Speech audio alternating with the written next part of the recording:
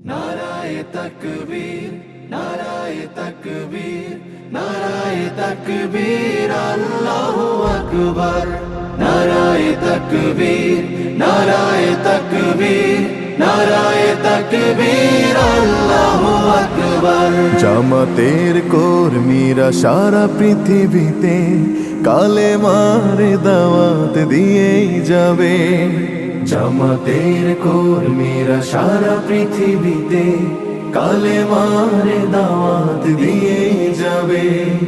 কোরআনের আলোকে সরকারি সেক্রেটারি জননেতা জনাব ইমরান হোসেন সাহেব, আমি অত্র এলাকার সকল কর্মী ভাইদেরকে অনুরোধ জানাই। রাহমাতুল্লাহি ওয়া বারাকাতুহু। আউযু বিল্লাহি মিনাশ শাইতানির রাজীম। বিসমিল্লাহির রহমানির রহিম। আলহামদুলিল্লাহি রাব্বিল আলামিন ওয়াল আকিবাতু লিল মুত্তাকিন ওয়াসসালাতু ওয়াসসালামু আলা সাইয়্যিদিল মুরসালিন ওয়া আলা আলিহি ওয়া সাহবিহি আজমাইন।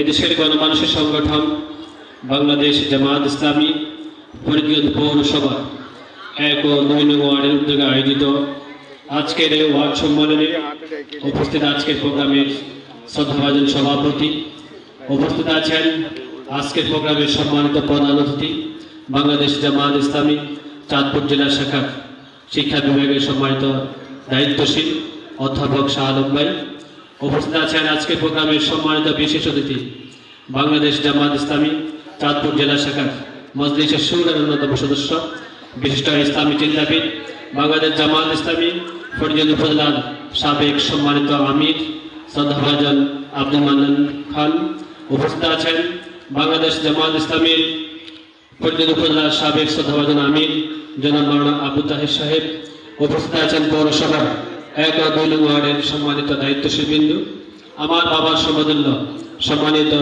মুরব্বিয়ান গ্রাম যুবক ভাইয়েরা, সম্মানিত কেরাবাসী, আজকে আপনারা এখানে যারা আছেন আপনারা এখানে বসতে পেরে কি আমরা খুশি না বেজার? কারণ আমাদের এখানে আপনারা যারা আছেন আমাদের বাবার সমতুল্য অনেকেই আমি দেখেছি এই স্বৈর শাসকের আমলে তারা আক্ষেপ করত, মাহফিলে যেতে গেলেও সেখানে বাধার সম্মুখীন হতে হয়েছে, একটা প্রোগ্রামে বসতে মন চাইতো সেখানে বাধার সম্মুখীন হতে হয়েছে, ইসলামের পক্ষে অবস্থান নিতে তার মন কাঁপত কিন্তু সেখানে বাধার সম্মুখীন হতে হয়েছে। আল্লাহ রাব্বুল আলামিন আপনাদেরকে এই যে অবস্থা থেকে মুক্ত করেছেন, এটার জন্য কি আমরা আল্লাহর শুকরিয়া আদায় করতে পারি না? আমরা সবাই আবার আল্লাহর শুকরিয়া আদায় করছি আলহামদুলিল্লাহ।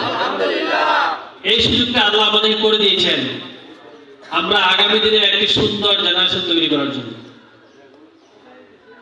বিগত 16 বছরে গত স্বৈর সরকার এমন একটা জেনারেশন তৈরি করতে চেয়েছিল যারা ইসলাম কি এটা বুঝবে না। তারা এমন পাঠ্য সিলেবাসে এমন কিছু লেখা, এমন কিছু গল্প, প্রবন্ধ, ছবি এঁকে দিয়েছে যেখানে আমাদের ছোট ছোট বাচ্চারা ওই ছবিগুলো দেখলে তারা যে মুসলিম এই কোন সংস্কৃতি ওখানে নাই। আপনার প্রতিটি জায়গায় এমন একটি বিতর্কিত অবস্থা তৈরি করতে চেয়েছিল তারা, যেন ইসলামকে একটি জঙ্গি সংগঠন হিসাবে মানুষের সামনে তারা উপস্থাপন করতে চেয়েছিল। কিন্তু আল্লাহর ইচ্ছায় এদেশের তৌহিদি ছাত্র জনতা, দেশপ্রেমিক ছাত্র জনতা তারা উদ্যোগ নিয়েছে আর এটার সাথে সাধারণ সকল মানুষ সম্পৃক্ত হয়েছে। এই স্বৈর শাসক বিদায় নিতে বাধ্য হয়েছে।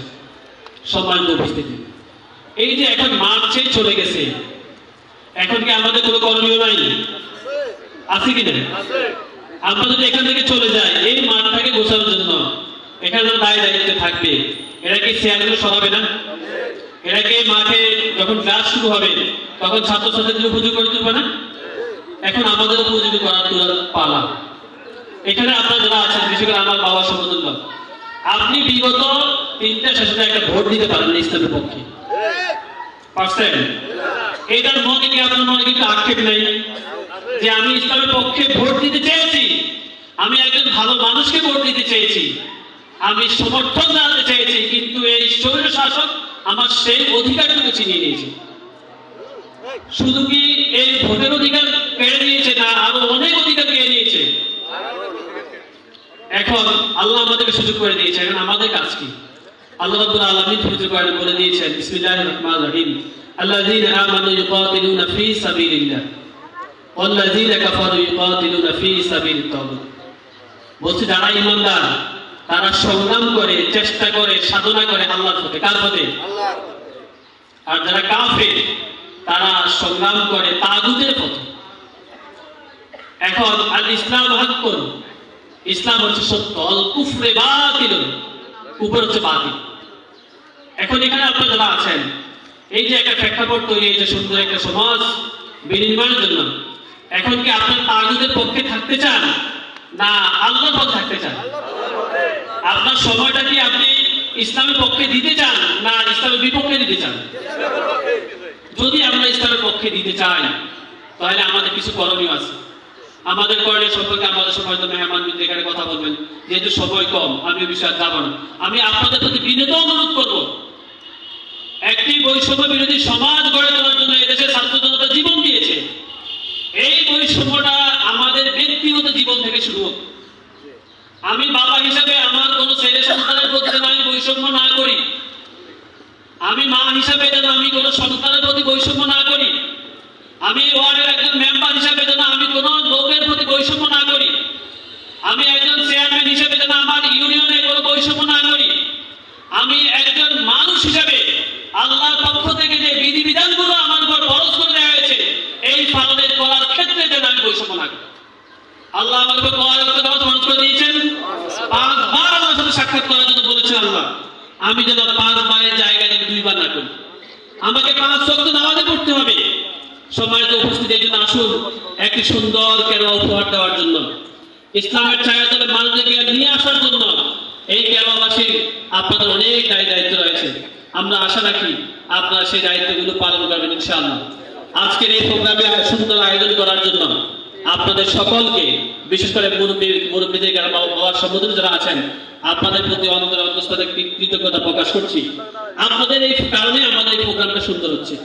আমরা আশা করি আপনাদের ছেলে সন্তান যারা আছে ওদেরকেও দিনের দিকে নিয়ে এসে মসজিদে এরকম সাথে করে নিয়ে যান, দিনের জন্য হাতে ধরে ধরে ছোট ছোট বাচ্চাদেরকে এইরকম প্রোগ্রামে নিয়ে আসবেন।